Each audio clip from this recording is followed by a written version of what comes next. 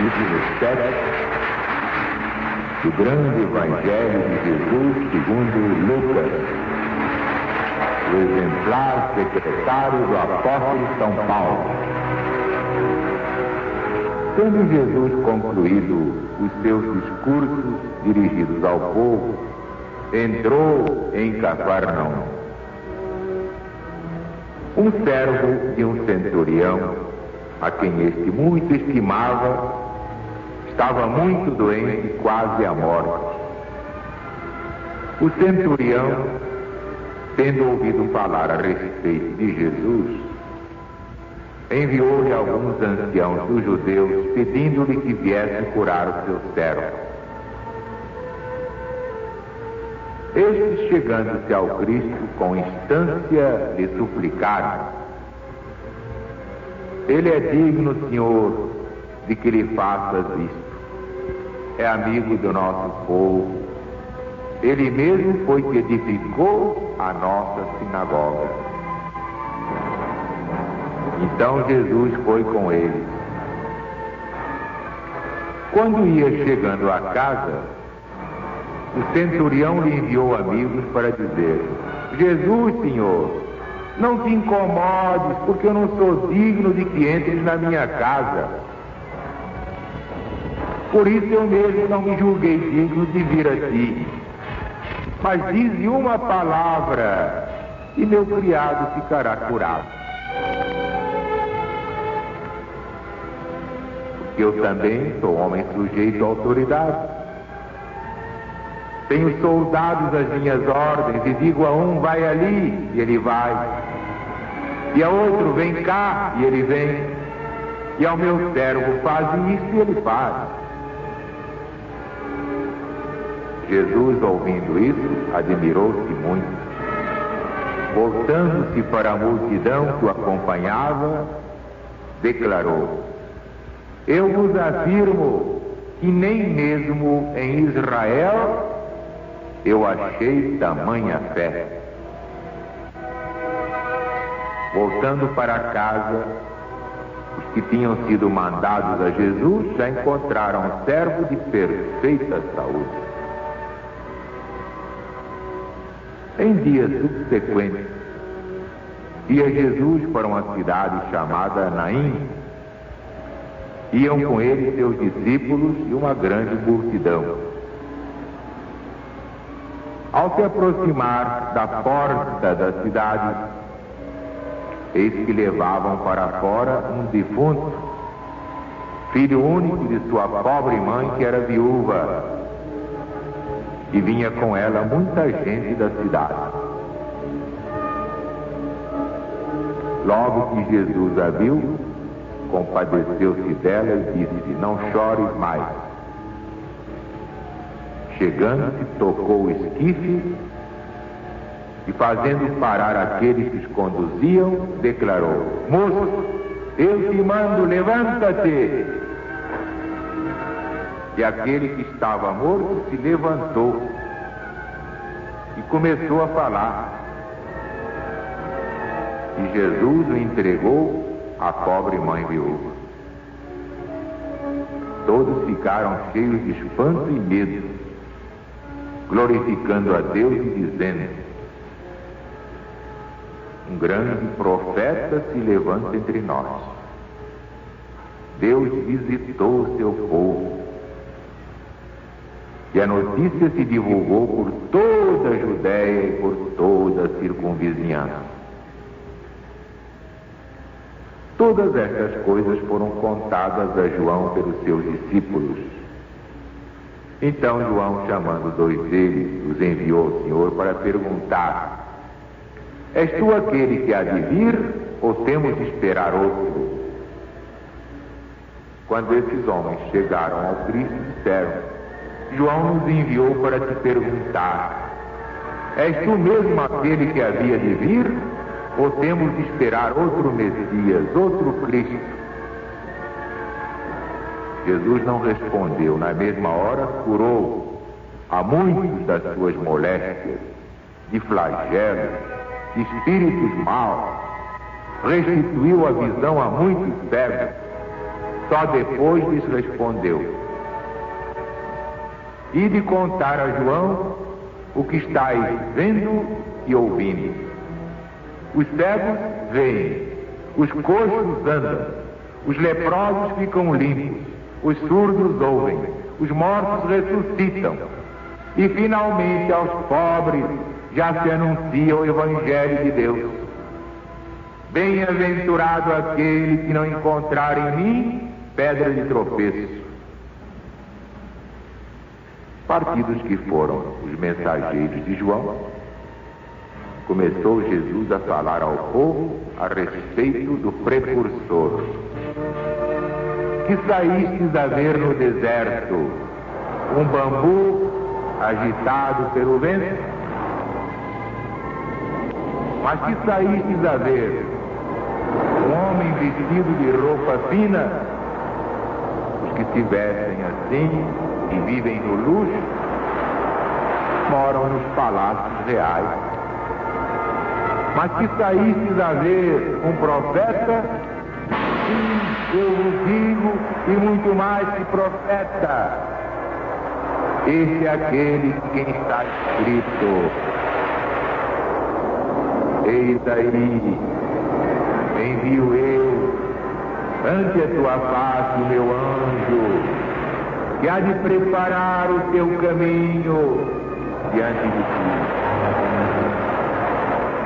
Em verdade eu vos digo, entre os nascidos de mulher não há nenhum maior do que João, mas o menor no reino de Deus é maior do que ele.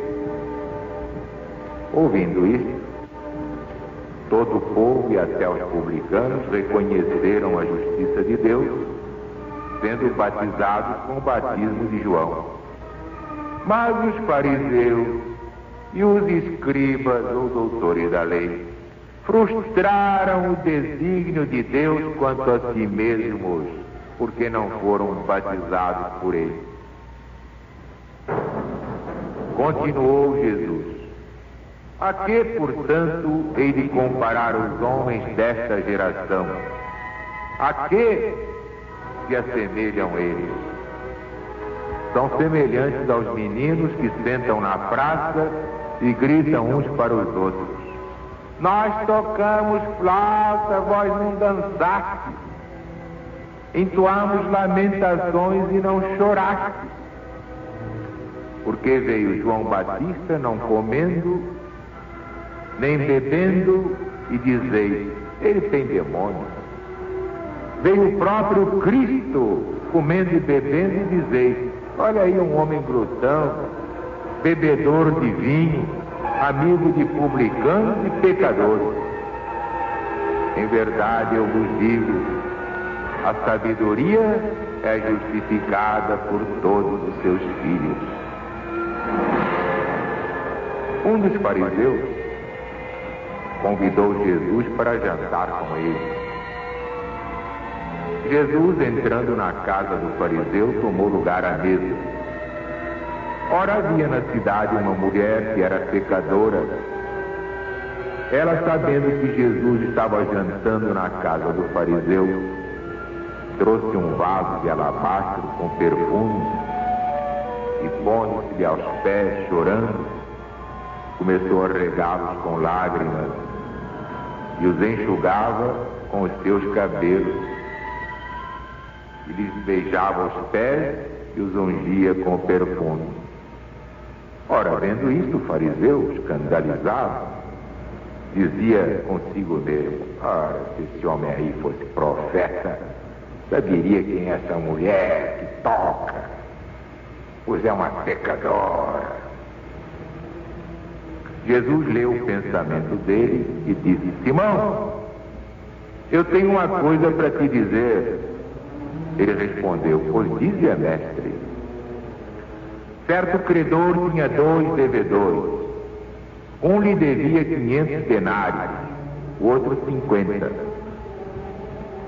Não tendo nenhum dos dois com que pagar, perdoou a dívida aos 2. Qual deles, portanto, o amará mais? Simão respondeu: Bem, suponho que aquele é quem mais perdoou, que devia mais. Jesus replicou: julgaste bem, Simão. E virando-se para a mulher, disse: Simão, vês esta mulher? Entrei em tua casa, não me deste água para os pés, mas esta mulher os regou com suas lágrimas e os enxugou com seus cabelos. Não me deste ósculo. Ela, porém, desde que entrei, não cessou de me beijar os pés. Não ungiste a minha cabeça com óleo, mas esta mulher, com perfume caríssimo, ungiu os meus pés. Por isso eu te digo, mulher, perdoados são os teus pecados. Simão ficou estupefato. Jesus reprisou: mulher, perdoados são os teus pecados, porque muito amou. Mas aquele a quem pouco se perdoa é porque pouco se ama.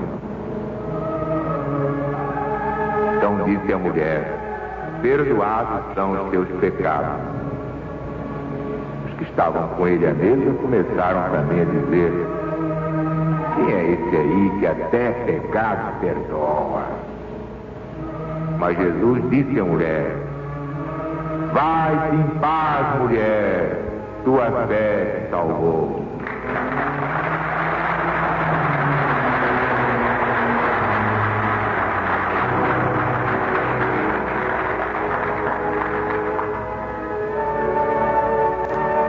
Beleza, não é? O Evangelho sem teia de aranha, sem barata, sem lagartixa, sem rato. É uma beleza. Sem lacraias, sem mosquitos. Que mais? Sem barrigudos, sem borrachudos. Evangelho limpinho, espírito e verdade. É a coisa mais importante do mundo, é saber esse Evangelho. Porque quem não sabe não passa de um cadáver ambulante.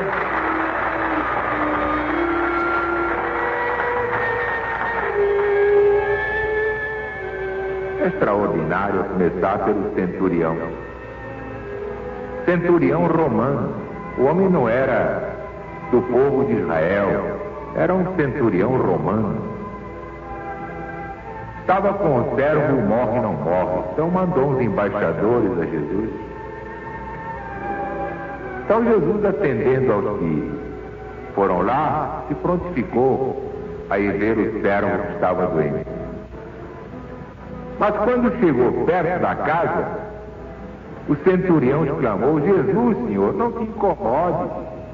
Eu nem sou digno de que entres na minha casa. Dize uma palavra só, daí mesmo meu criado ficará curado. Olha aí. Quer dizer, ele sabia do poder do Cristo. De onde ele estivesse, uma palavra levantaria o doente. Olha o poder de Deus. Mas os fariseus não admitiam isso, nem os filhos de Israel. Então Jesus exclamou: vos afirmo, eu vos afirmo, que nem mesmo em Israel encontrei tamanha fé. Ordenou mentalmente a cura do servo. Quando chegaram lá, estava curado.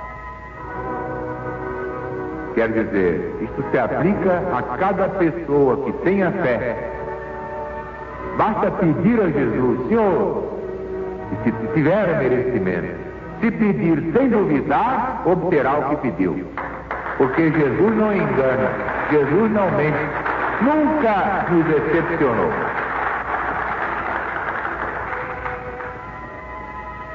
Por isso é que São Paulo diz muito bem: a fé é a substância das coisas desejadas.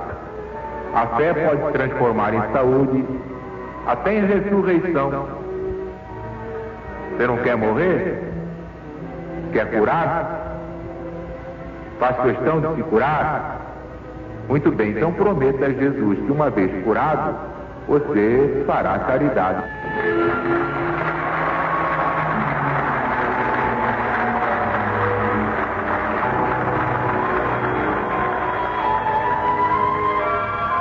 Depois vemos o episódio da ressurreição do filho de Naim, da viúva de Naim. Naim era uma cidade, muita gente de ouvir falar em mulher de Naim, pensa que Naim era um homem, não era, era uma cidade. E já ia o enterro, ó, todo mundo atrás, todo mundo a chorar, porque lá, quem chorasse mais agradava a Deus. Quanto mais alto, mais ganhava cachê. Ganhava um prolabore, como chora bem.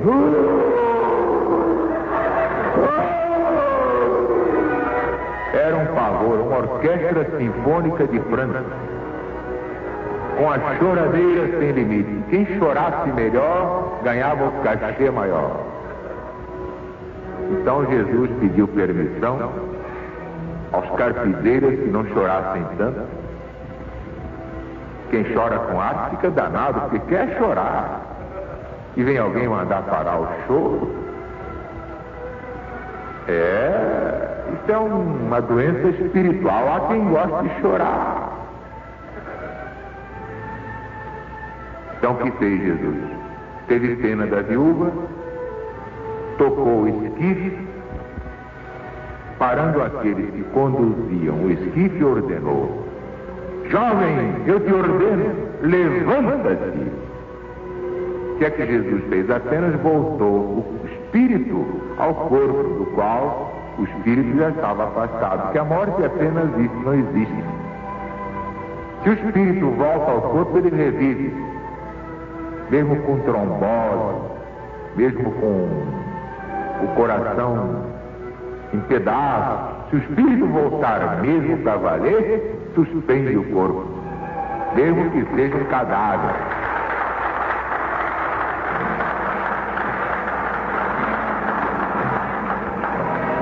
Aí o rapaz se levantou, sentou no caixão.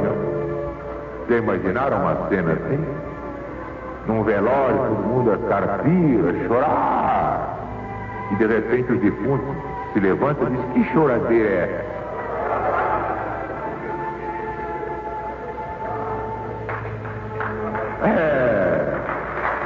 É o poder do Cristo. E ele dá esse poder a quem quiser. Quer dizer, a morte é apenas a separação do espírito. Quando o espírito se separa do corpo, então acontece o fenômeno chamado morte. Mas se o espírito volta e retoma o corpo, passa o corpo a viver. Aí é a prova da alma. Os materialistas dizem que só existe corpo, que a morte liquida tudo. Coitados, são os defuntos ambulantes da nossa sociedade. Então esses só tratam de gozar a vida, porque quando morrer já gozaram a vida. Aí é que vão pagar tudo em dobro.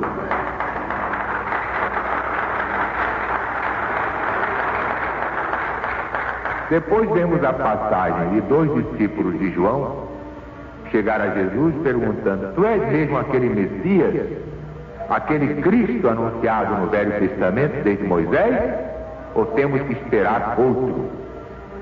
João é que manda perguntar. Evidentemente não é nada disso. João já tinha dito: atrás de mim vem aquele que é muito maior do que eu, porque já existia antes de mim.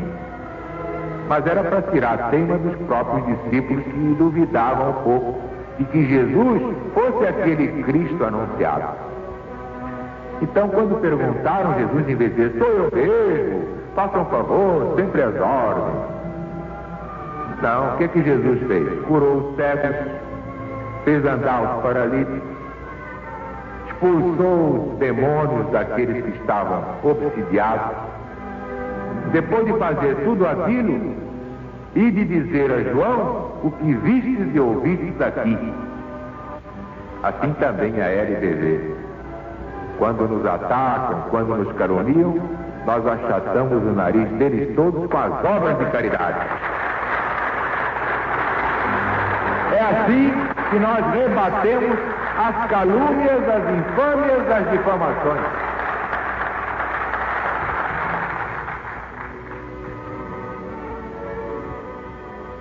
E adiante Jesus dá a entender que não foi João que mandou perguntar coisa nenhuma. Porque Jesus sabia que João reencarnara para ser o precursor. Porque João tinha sido Elias, Elias tinha sido Moisés. Moisés, Elias e João vêm a ser a mesma pessoa. De lá para cá vocês calculem o resto.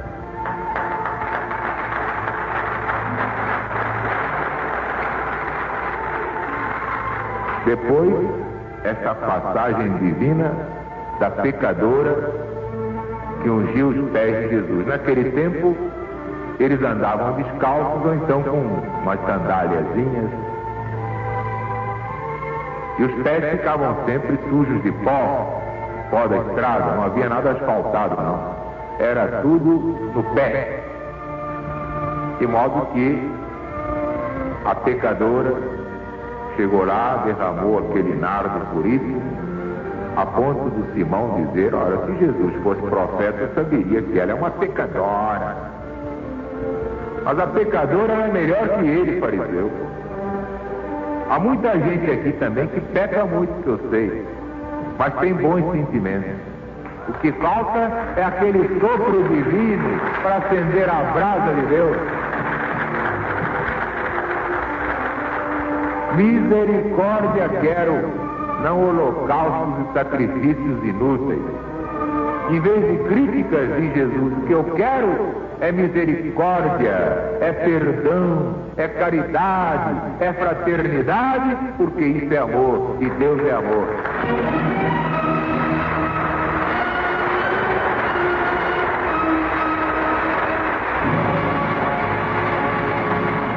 Então viva ele!